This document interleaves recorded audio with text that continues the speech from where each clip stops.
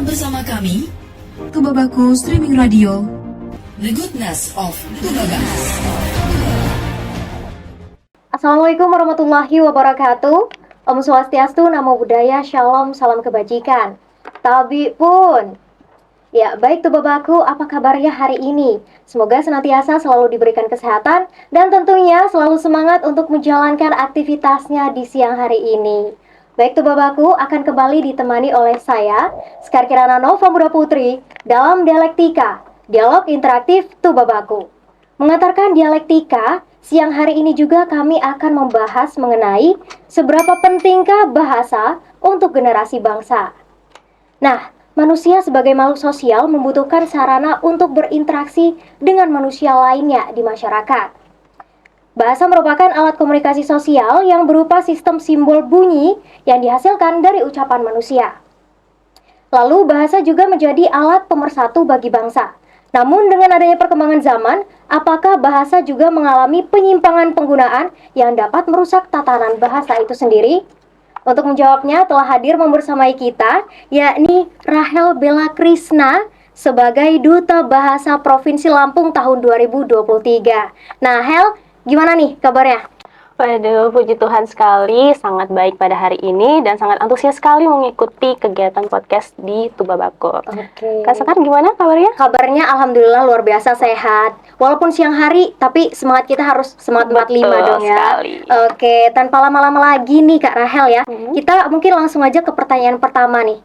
Nah, Kak Rahel, saya penasaran apa sih sebenarnya motivasi dari Kak Rahel untuk ikut Duta Bahasa Provinsi Lampung ini, Kak?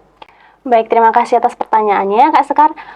Kalau ditanya, apa alasan saya mengikuti pemilihan Duta Bahasa Provinsi Lampung 2023, saya masih ingat betul kala itu saya sedang menggulir postingan di beranda Instagram, lalu muncul postingan dari IKA Dubas, yaitu postingan bersponsor mengenai Pildubas 2023.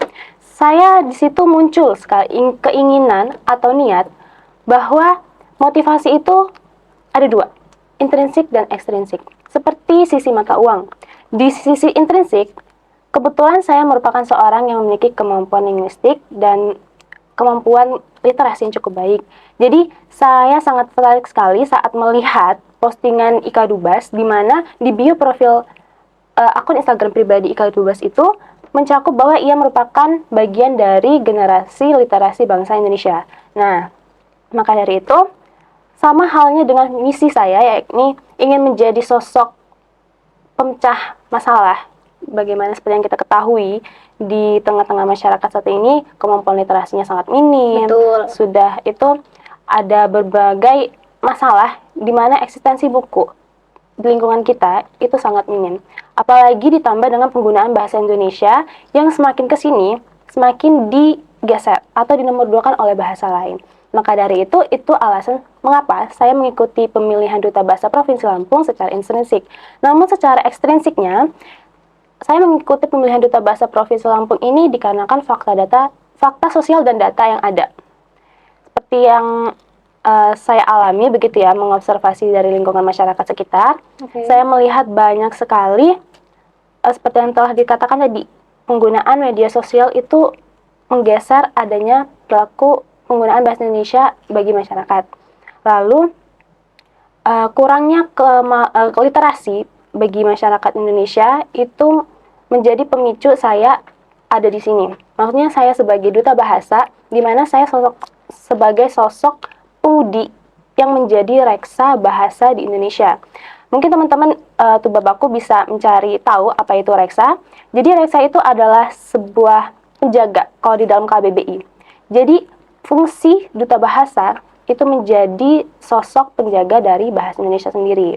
Maka dari itu alasan eksternal saya tersebut yang melihat fakta bahwa ternyata di sosial begini, lingkungannya tidak cukup mencengangkan, bahwa faktanya juga yang mungkin teman-teman Tubabaku juga sudah ketahui bahwa Indonesia kalau didata dari PISA, atau mungkin teman-teman bisa tahu ya, PISA itu adalah sebuah tes yang dilakukan oleh OECD, di mana isinya itu menyebutkan bahwa Indonesia berada di peringkat 6.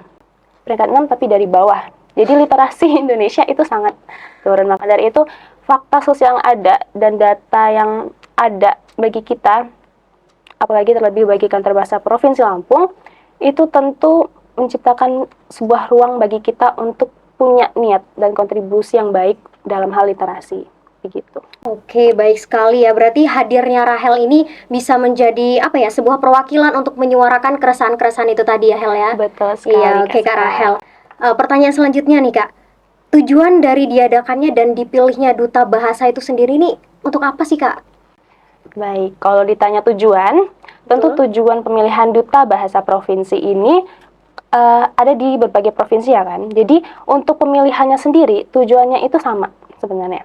Tujuannya satu, yaitu adalah menyaring generasi muda yang memiliki keterampilan minat ataupun bakat dalam hal bahasa.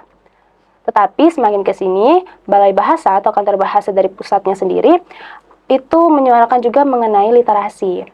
Jadi, adanya Duta Bahasa atau pemilihan Duta Bahasa ini adalah menyaring bagaimana Kantor Bahasa Lampung itu bisa punya generasi muda yang dapat menyuarakan atau menyosialisasikan bahasa Indonesia. Terutama itu tadi bahasa Indonesia, lalu tidak hanya bahasa Indonesia saja, tapi juga ada bahasa daerah, lalu bahasa asing. Seperti slogan dari Badan Bahasa, yakni Trigatra Bangun Bahasa. Jadi yang pertama adalah kita perlu mengutamakan bahasa Indonesia. Lalu kita perlu melestarikan bahasa daerah dan juga menguasai bahasa asing. Oke, baik, luar biasa sekali. Sudah jelas tujuannya ya. Ya pasti tujuannya sangat relate sekali dengan kondisi zaman kita saat ini ya Kak ya, berarti ya. Betul sekali, Kak. Betul sekali, luar biasa. Nah, untuk tupoksi dari Duta Bahasa itu sendiri sebagai duta, tupoksinya apa sih Kak? Boleh dijelaskan mungkin? Baik, kalau bicara tentang tupoksi atau Betul. tujuan pokok dan fungsi nih ya dari Duta Bahasa, yang pertama kita sebagai reksa bahasa. Kita hadir di tengah-tengah masyarakat, baik hadir di tengah lingkungan pribadi kita, keluarga, masyarakat, maupun misalnya di wilayah kampus, itu kita sebagai sosok yang menjaga kelestarian dan esensi dari bahasa itu sendiri, yakni bahasa Indonesia. Karena seperti yang kita ketahui ya Kak Sekar, bahwa bahasa Indonesia saat ini sudah bisa dikatakan gado-gado, karena dicampur oleh bahasa ini, bahasa itu. Jadi kalau dikatakan sebagai reksa bahasa, tentu kita sebagai sosok duta bahasa, kita perlu menjaga esensi dari bahasa itu sendiri. Lalu, tadi seperti yang saya katakan bahwa tugas duta bahasa ini tidak hanya berpaku pada bahasa saja, tetapi juga menggerakkan dalam hal bidang literasi, yang saat ini juga lagi digalakan oleh Balai Bahasa atau Kantor Bahasa di seluruh provinsi Indonesia. Oke, mungkin sudah disinggung sedikit mengenai program-program kerja dari Duta Bahasa ya Kak ya. Nah, pertanyaan selanjutnya sebenarnya adalah saya ingin menanyakan mengenai program kerja dari Dubas itu sendiri Kak. Oke, melanjutkan pertanyaan yang tadi nih Kak, mengenai program-program kerja dari Duta Bahasa Lampung. Mungkin bisa sambil dijelaskan Kak. Baik, saya akan menjelaskan program-program dari Duta Bahasa. Program dari Duta Bahasa sendiri itu berbeda-beda tiap provinsinya. Jadi untuk program Duta Bahasa Provinsi Lampung, itu yang pertama yang sangat besar itu adalah pemilihan Duta Bahasa Provinsi Lampung. Jadi seperti tahun-tahun sebelumnya, yakni aktif lagi di tahun 2016, IKA Dubas Lampung itu mengadakan pemilihan Duta Bahasa Provinsi Lampung lagi. Dan di tahun 2021 itu ditiadakan dikarenakan COVID-19. Lalu lanjut lagi di tahun 2022 hingga saat ini 2023. Dan selanjutnya ada yang namanya kegiatan atau program yakni Libastra atau Liga Bahasa dan Sastra. Saat ini sedang berjalan, sudah berjalan beberapa tahun yang lalu dan ini masih berjalan lagi, dan program ini merupakan kegiatan perlombaan yang diadakan secara virtual. Jadi Libastra ini adalah lomba mengenai bahasa dan sastra, di mana lomba tersebut terdapat lomba cipta cerpen, cipta puisi, tulis suara, baca berita, dan lain sebagainya. Jadi dua program tersebut adalah program yang bisa dikatakan cukup besar di Duta Bahasa Provinsi Lampung. Namun untuk program lainnya, itu biasanya Duta Bahasa Provinsi Lampung itu mengikuti program yang diadakan oleh Kantor Bahasa Provinsi Lampung. Karena mungkin untuk sebagai informasi, Ikatan Duta Bahasa Provinsi Lampung itu adalah mitra dari Kantor Bahasa Provinsi Lampung. Jadi setiap kegiatan Kantor Bahasa Provinsi Lampung, Duta Bahasa Provinsi Lampung selalu dilibatkan dalam kegiatan tersebut. Misalkan kemarin ada program revitalisasi bahasa daerah yang diadakan oleh Kantor Bahasa Provinsi Lampung, di mana saya sendiri terlibat dalam kegiatan tersebut.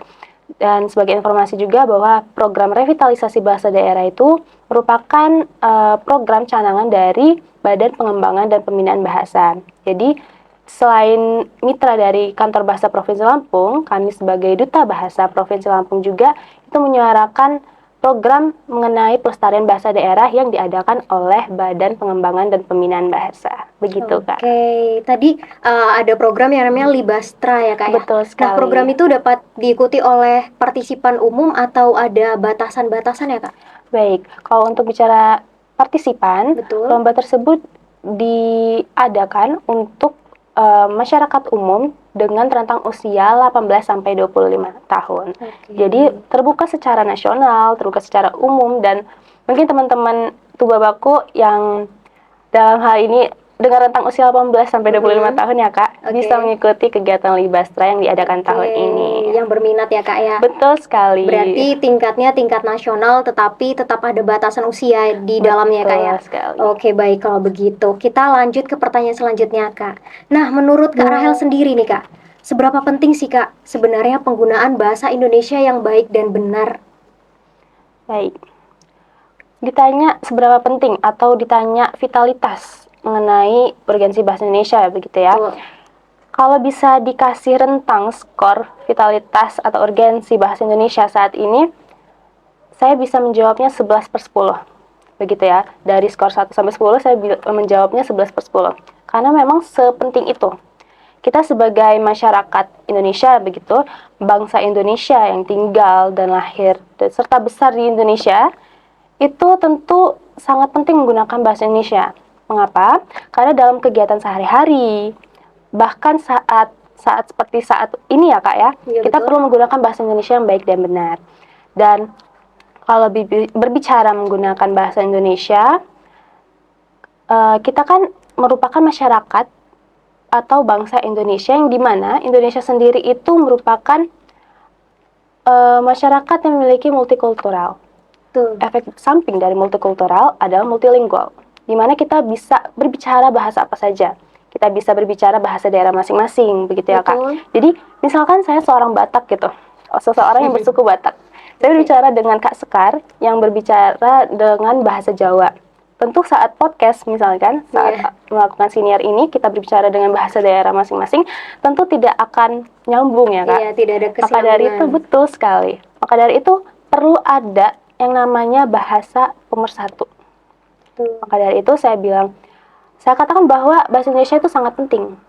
Karena tercantum juga dalam undang-undang, yakni Undang-Undang Nomor 36 tahun 1999 itu menyatakan bahwa bahasa Indonesia itu adalah bahasa yang resmi, bahasa pemersatu kita. Maka dari itu, bahasa Indonesia itu sangatlah penting bagi kita sebagai masyarakat Indonesia. Iya, sebagai masyarakat Indonesia dan terkhusus untuk generasi bangsa ya Kak ya. Betul sekali. Iya, kita garis bawahi. Oke, kita lanjutkan Kak. Sebagai bahasa Indonesia itu tadinya kita harus menggunakan bahasa Indonesia yang baik dan benar itu supaya tidak ini ya Kak ya, supaya informasi yang disampaikan itu dapat tersampaikan dengan benar juga ya Kak ya pastinya. Iya, sangat penting banget dalam hal berkomunikasi satu sama lain. Iya, benar sekali Kak. Oke, kita lanjutkan. Sebagai generasi muda nih Kak, yang tinggal di Lampung, kita pasti memiliki bahasa daerah yang tadi sudah disinggung Kak Rahel ya Kak ya. Nah, menurut Kakak sendiri nih Kak, seberapa penting kita melakukan aksi untuk melestarikan bahasa Lampung ini Kak? Ada nggak sih Kak cara Kak Rahel untuk melestarikan bahasa Lampung ini Kak? Baik, seperti yang tadi telah saya sampaikan, karena kita masyarakat Indonesia tentu perlu menggunakan bahasa Indonesia dengan baik dan benar. Bagaimana jika disamakan dengan kita masyarakat Lampung? Tentu bahasa Lampung sangat penting bagi kita sebagai masyarakat Lampung yang tinggal dan besar di Lampung. Nah, maka dari itu, mengapa saya katakan penting? Karena bahasa Lampung itu menjadi identitas autentik bagi kita. Misalkan kita keluar Lampung, bahasa itu menjadi tolak ukur atau menjadi sesuatu hal yang sangat bisa dilihat gitu dari masyarakat luar bahwa kita itu adalah orang Lampung atau masyarakat yang pernah atau domisilinya asal Lampung begitu. Jadi saya katakan sangat penting. Kalaupun tidak penting, mungkin kita semasa sekolah tidak ada yang namanya pelajaran bahasa daerah Lampung yang menjadi muatan lokal di sekolah-sekolah di Lampung. Selain itu, kalaupun tidak penting juga, Wakil Gubernur kita mungkin Bu Nuni tidak akan meresmikan yang namanya kamus cetak atau kamus virtual bahasa Lampung ke Indonesia. Jadi saya katakan penting karena bahasa Lampung itu menjadi ciri khas kita.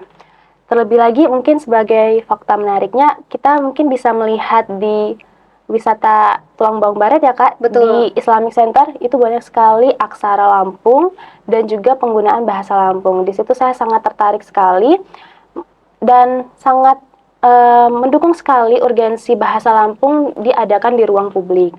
Nah, cara saya untuk belajar bahasa Lampung adalah ya tentu tadi Kak. Jadi saya sangat mendukung program pemerintah yang menyuarakan aksara Lampung sehingga meningkatkan melek atau literasi bagi masyarakat Lampung terlebihnya untuk belajar bahasa Lampung. Maka dari itu saya juga berada di lingkungan pertemanan yang banyak masyarakat Lampungnya. Jadi di situ saya bisa belajar dan juga mengetahui informasi-informasi mengenai masyarakat Lampung dengan bahasanya, begitu Kak. Oke, kalau untuk program pelestarian bahasa Lampung itu sendiri, apakah sudah direncanakan oleh Kak Rahel atau emang sudah ada rencana tapi masih rahasia gitu Kak? Ada nggak Kak? Kalau rencana harusnya ada, karena memang rencana nggak boleh kita kasih tahu. Oke, benar sekali, karena rencana itu yang tahu hanya Tuhan. Oke. Betul sekali. Agak keluar dari topik tapi tidak apa-apa, masih berhubungan dengan bahasa ya Kak ya. Baik, kita lanjutkan nih Kak. Menurut Kakak nih, tadi kita sudah sedikit menyinggung adanya penyimpangan penggunaan bahasa nih Kak. Nah, contohnya kita ada sih Kak, kata kalian jadi kamorang. Apakah kata-kata tersebut dapat merusak tatanan bahasa itu sendiri Kak? Bagaimana menurut Kak Rahel? Baik, jadi pertanyaannya apakah penggunaan penyimpangan bahasa tersebut merusak bahasa Lampung itu sendiri ya? Oke. Baik, seperti kamorang, ngecun, Betul. ya tah gitu kan? Iya, betul. Jadi kalau menurut saya, mungkin Kak Sekar sangat familiar tidak dengan kata ngecun, terus kamorang, diorang? Karena saya generasi milenial ya Kak ya, ditanya seperti itu sangat paham. Karena saya termasuk usia yang mendominasi lah atau mengikuti zaman-zaman ini, begitu sih Kak. Baik, sangat familiar bukan? Betul. Jadi untuk sekarang, kalau ditanya mengenai rusak atau perpindahan esensi dari bahasa Lampung karena bahasa tersebut, saya tidak akan bilang itu merusak esensinya, tetapi merusak tatanannya, tetapi itu akan merusak esensinya. Karena pada dasarnya, masyarakat kita itu sudah paham betul bagaimana penggunaan kata kamorang, diorang, ngecun, dan lain sebagainya. Hanya saja, seperti yang saya katakan, tidak merubah tatanan, tetapi mengubah esensi atau makna, bukan makna, esensi atau hal yang seharusnya ada pada kata tersebut. Kata kamorang itu kan dalam bahasa Lampung, seharusnya itu bisa diganti dengan kata niku atau mete. Atau misalkan untuk kata ngecun, itu kita bisa ganti dengan bahasa Lampung yang sebenarnya, misalnya ngerti atau lain sebagainya. Jadi tidak merusak tatanannya, karena memang sudah familiar di tengah-tengah masyarakat, hanya saja esensinya sudah agak berkurang. Karena bahasa Lampung yang sebenarnya untuk kata tersebut tidak digunakan. Jadi untuk masyarakat kita, mungkin sangat kurang mengerti bahasa Lampungnya apa yang sebenarnya, karena sudah digantikan oleh kata-kata slang dalam bahasa Lampung. Mungkin itu saja sih. Mungkin juga dari penggunaannya bisa sesuai kondisi ya Kak ya, mau menggunakan kata-kata itu. Oke Kak, kita beralih ke bahasa Indonesia yang baik dan benar nih Kak. Nah, untuk penggunaan bahasa Indonesia yang baik dilihat dari zaman sekarang nih Kak, banyak juga ternyata penyimpangan bahasa asingnya Kak. Seperti at least, on the way, atau yang lainnya gitu ya Kak ya. Nah, menurut Kak Rahel sendiri, bahasa seperti itu apakah merusak bahasa Indonesia atau justru membangun kemampuan dalam dua bahasa nih Kak? Baik, untuk kata-kata yang seperti kata-kata tadi yang telah disampaikan, kata-kata jaksel ya Kak? Iya, betul. Jadi, saya katakan itu adalah bahasa yang gado-gado. Karena biasanya bahasa seperti at least, actually, literally, terus itu dan lain sebagainya, itu biasanya dicampur adukan dengan bahasa Indonesia. Misalkan nih saya kasih contoh, saya prefer online class daripada offline class actually gitu kan. Jadi kayak Waduh, ini esensi bahasa Indonesia sudah berkurang karena pada dasarnya esensi bahasa Indonesia itu tidak dicampur adukan oleh bahasa lain, Kak. Jadi, bagaimana bahasa Indonesia itu bisa berdiri tegak dengan bahasa atau esensinya jika dicampur adukan dengan bahasa lain.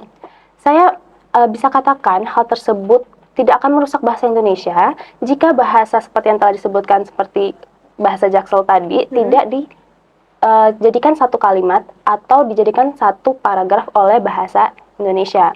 Jadi misalkan kita membuat bahasa Indonesia, kita harus membuat bahasa tersebut dalam satu kalimat atau satu paragraf atau satu ungkapan. Jadi tidak dicampur adukan oleh bahasa slang tadi. Maka dari itu kita bisa menjadikan itu sebagai kemampuan dalam dua bahasa jika bahasa tersebut tidak dicampur adukan saja. Jadi saran saya buat generasi muda juga untuk penggunaan kata atau bahasa di media sosial baik dalam berinteraksi itu tidak mencampur adukan bahasa Inggris atau bahasa Indonesia dengan bahasa lainnya dalam satu kalimat atau satu ungkapan. Karena esensi bahasa Indonesia itu akan berkurang jika dikatakan atau ditulis dengan tulisan atau bahasa asing lainnya. Nah, untuk pertanyaan terakhir nih Kak, kita sebagai generasi bangsa kan pasti mengikuti mengikuti perkembangan zaman, dan jujur saya sendiri banyak menemukan bahasa-bahasa slang Kak atau bahasa gaul. Nah, menurut Kak Rahel sendiri seperti apa sih Kak bahasa slang itu? Baik, pertanyaannya menarik sekali ya. Karena memang kita sebagai generasi muda atau generasi yang bisa dikatakan generasi Z begitu, kita sangat digempur sana sini oleh yang namanya bahasa gaul atau bahasa slang tersebut. Yang dimana kata-kata tersebut merupakan bahasa hit yang ada pada zaman sekarang begitu ya.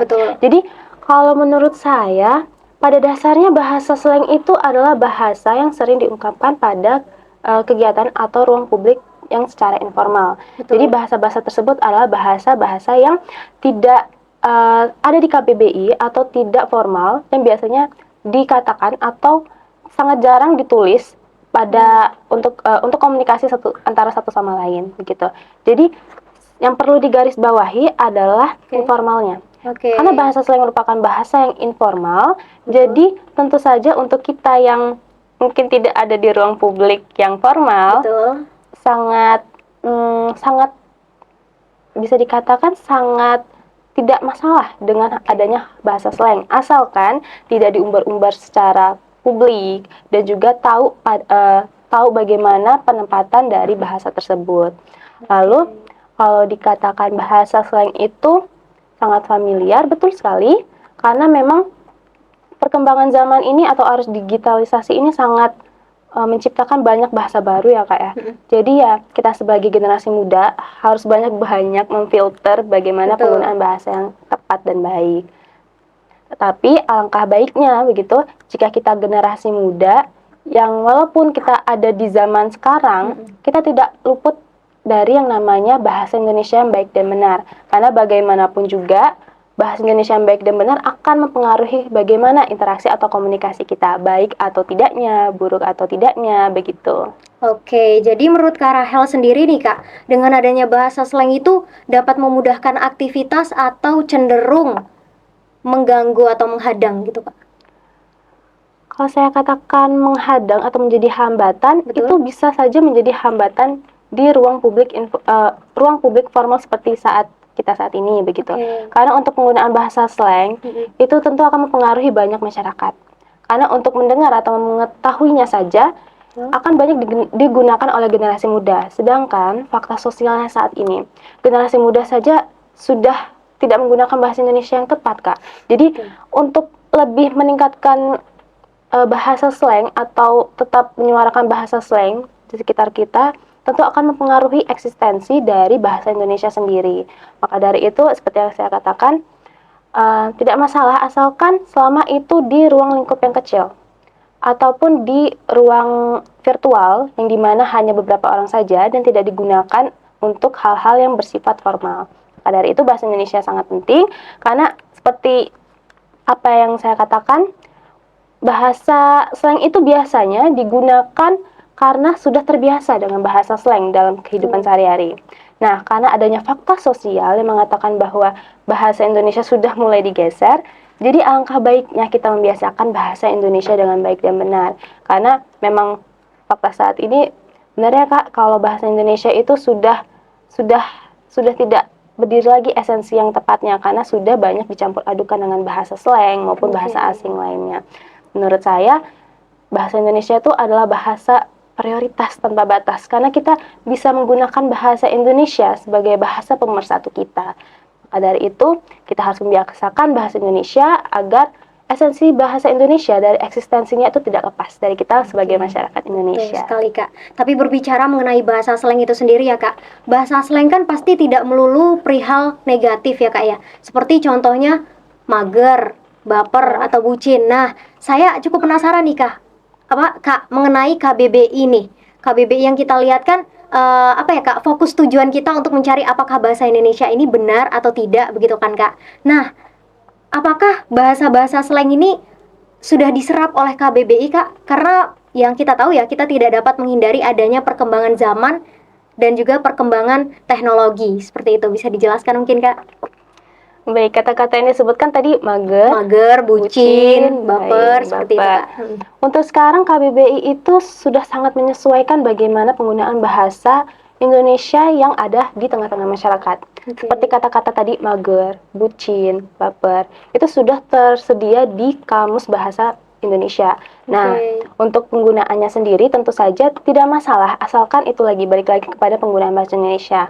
Jadi saya sangat mengapresiasi sekali bahwa KBBI itu sudah banyak inisiasinya untuk mengupdate atau memperbarui bahasa-bahasa yang walaupun terdengarnya sangat lucu ya Kak ya. Betul. Dan juga sangat asing bagi bahasa Indonesia yang benar gitu, karena untuk kata-kata mager, bucin, baper itu kan sebenarnya sebelumnya tidak ada di Kamus Bahasa Indonesia. Jadi untuk tahun ini sudah ada di KBBI untuk kata-kata tersebut karena mungkin lebih berelasi dekat dengan kita sebagai masyarakat Indonesia begitu. Betul sekali sih Kak. Oke, kalau begitu. Jadi emang kita sebagai generasi muda ya Kak ya, selain kesadaran, kita mungkin tidak dapat menghindari hal-hal ini terjadi, tetapi kita masih bisa membatasinya, seperti itu ya Kak. Oke, baiklah. Bahkan tidak terasa nih Kak, kita sudah berada di penghujung acara. Tetapi sebelum kita benar-benar menutup acara, mungkin ada closing statement, harapan maupun pesan dari Kak Rahel untuk rekan-rekan kita di Tubabaku. Baik, mungkin untuk pesan penutup atau kata-kata terakhir di podcast ini adalah saya ingin mengatakan bahwa generasi muda saat ini fakta sosialnya adalah literasinya sangat minim. Maka dari itu, saya sebagai pemudi generasi muda, khususnya di Tulang Bawang Barat ya Kak, Betul. saya sangat menyuarakan sekali bagaimana kegiatan literasi, keterampilan literasi, dan juga penggunaan bahasa yang baik dan benar di ruang publik itu sangat saya tekankan. Maka dari itu, saya juga mengajak teman-teman Tubabaku untuk berani dan membiasakan penggunaan bahasa Indonesia yang baik dan benar, baik memfilterisasi bahasa asing yang saat ini sedang hit di zaman sekarang. Maka dari itu penggunaan bahasa Indonesia harus tetap berdiri tegak karena bahasa Indonesia adalah prioritas tanpa batas bagi kita sebagai bangsa Indonesia. Mungkin juga saya bisa mengajak teman-teman generasi muda atau pemudi Tubaba ya Kak ya, untuk memiliki inisiasi atau punya kontribusi dan niat yang baik dalam hal literasi maupun bahasa dan sastra. Itu dimulai dari diri kita sendiri karena masyarakat ataupun kabupaten pemerintahan Tulang Bawang Barat ini sangat membutuhkan masyarakat muda atau generasi muda, pemuda-pemudi yang memiliki ketertarikan dan kontribusi yang baik dalam hal literasi, bahasa, dan sastra. Mungkin itu saja Kak dari saya. Oke, luar biasa sekali, sangat memotivasi di siang hari ini ya Kak ya. Kami mengucapkan terima kasih banyak kepada Kak Rahel yang telah hadir di studio kami Kak. Dan tentunya semoga Kak Rahel, iya sama-sama Kak. Dan tentunya semoga Kak Rahel semakin sukses dan bersinar ke depannya. Dan juga Duta Bahasa IKA Dubas Lampung ini sangat bangga dengan bergabungnya Kak Rahel, karena Kak Rahel juga bisa memberikan kontribusi nyata, sama-sama memberikan simbiosis mutualisme, seperti itu ya Kak ya. Baik, sekali lagi kami ucapkan terima kasih Kak. Terima kasih juga Kak Sekar. Oke, dan juga kami ucapkan terima kasih banyak kepada Tubabaku yang telah mengikuti acara ini sampai dengan akhir. Dan jangan lupa untuk terus mengikuti konten-konten Tubabaku yang lain, karena kita akan hadir dengan pembahasan yang tidak kalah beda dan tidak kalah serunya. Untuk itu, saya Sekar Kirana Nova Muda Putri beserta rekan-rekan yang bertugas pamit undur diri. Tubabaku, the goodness of Tubaba. Wassalamualaikum warahmatullahi wabarakatuh.